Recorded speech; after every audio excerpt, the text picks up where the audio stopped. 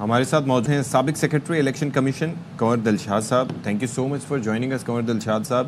یہ پارلیمنٹ کی خود مختاری کے حوالے سے خط لکھا گیا ہے اسپیکر قومی اسمبلی اور اسپیکر پنجاب اسمبلی کی جانب سے. آپ کے اسیسمنٹ اس میں کیا ہے کہ یہ کیا کوئی پریشر ٹیکٹکس ہے یا واقعتاً یہ پارلیمنٹ کے خود مختاری سبوتاژ ہو سکتی ہے اور یہ واقعتاً یہ معاملہ الیکشن کمیشن کے لیے ایک اوپن اینڈ شٹ کیس ہے یا پھر کڑا امتحان ہے الیکشن کمیشن کا؟ اصولی طور پر اسپیکر قومی اسمبلی نے اور پنجاب اسمبلی کے اسپیکر جو خط لکھا ہے الیکشن کمیشن آف پاکستان آئین اور قانون کی روشنی میں، تب الیکشن کمیشن آف پاکستان نے ان کے دونوں خطوط کو اپنی گائیڈ لائن سمجھتے ہوئے، رہنما اصول سمجھتے ہوئے، ان دونوں کو باقاعدہ اپنے الیکشن کمیشن سے منظوری حاصل کرنے کے بعد یہ سپریم کورٹ آف پاکستان کو ریفرنس بھجوانے کے مزاج ہوں گے. کیونکہ الیکشن کمیشن ایک قانون ساز ادارہ نہیں ہے. وہ فیصلے اب چونکہ سپریم کورٹ کا فیصلہ ہے اور 8 بہت اہم فیصلہ ہے 12 جولائی کا، اور اس کے بعد جو بعد وجاہت آئی ہے وہ بھی بڑی امپورٹنٹ ہے.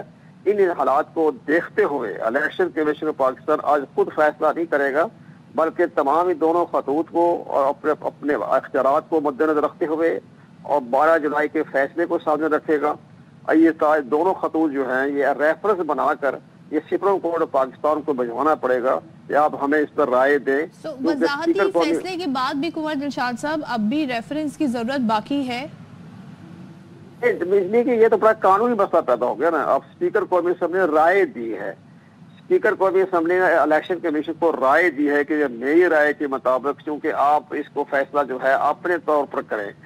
اپنے طور پر کرنے کے لیے بھی الیکشن کمیشن پاکستان کا جو الیکشن ایکٹ ترمیمی ایکٹ ہے جس میں یہ لکھا گیا تھا جو منظور شدہ ہے، جو آپ نے بھی ذکر کیا کہ یہ جو کہ اب آئین کا قانون بن چکا ہے تو اب سپریم کورٹ آف پاکستان سننے کی مجال نہیں رہی.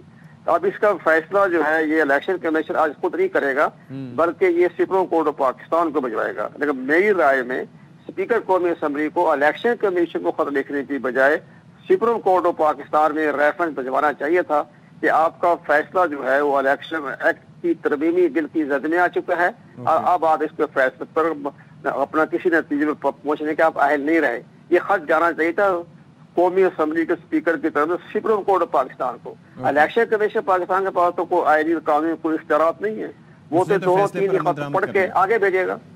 تو یہ جو الیکشن ایکٹ ہے یہ نافذ العمل کب سے ہو رہا ہے؟ کیونکہ یہ فیصلہ تو ایک آیا پھر اس کے بعد یہ وضاحتی فیصلہ آیا اور بار بار عدالت کی تکرار ہے فیصلوں میں کہ الیکشن کمیشن اپنی ذمہ داریاں نبھانے میں ناکام رہا ہے.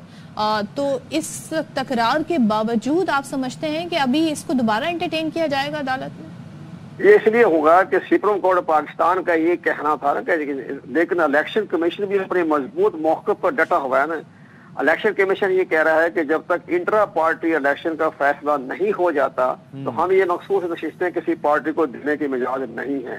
پہلی طور پر تو یہ ہم نے ابھی انٹر پارٹی الیکشن کا فیصلہ کرنا ہے اور اس کے بعد ہی آپ کے فیصلے کو ہم دیکھیں گے. لیکن بہرحال معاملہ بڑا الجھ گیا ہے، کانسٹیٹیوشنل بحران پیدا ہو چکا ہے. الیکشن کمیشن پاکستان بھی دو رائے پہ کھڑا ہو گیا ہے. ان حالات کو دیکھتے ہوئے 3 فورسز سامنے آ گئی ہے، election commission Pakistan, parliament of Pakistan اور سپریم کورٹ آف پاکستان. اب تینوں کو کا حال یہ نکلے گا کہ الیکشن کمیشن پاکستان جو آئینی ادارہ ہے تو آئین کے آرٹیکل 220 کے تحت وہ خط لکھے گا سپریم کورٹ آف پاکستان کو کہ جناب یہ اختیارات کا معاملہ پہ آ گیا ہے، اب آپ اس کے بارے میں فیصلہ کریں. یہ فیصلہ سپریم کورٹ آف پاکستان کرے گی. یہ چیزیں الیکشن کمیشن آج خود کرنے کا مجاز نہیں ہے، یہ آپ نے کلیئر کر دیا.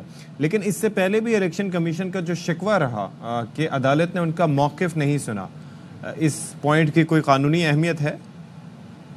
نہیں، یہ بات درست ہے کہ الیکشن کمیشن بھی آئین اور قانون کے بارے میں ہمارے سارے آئین اور قانون بڑا ابہام ہے.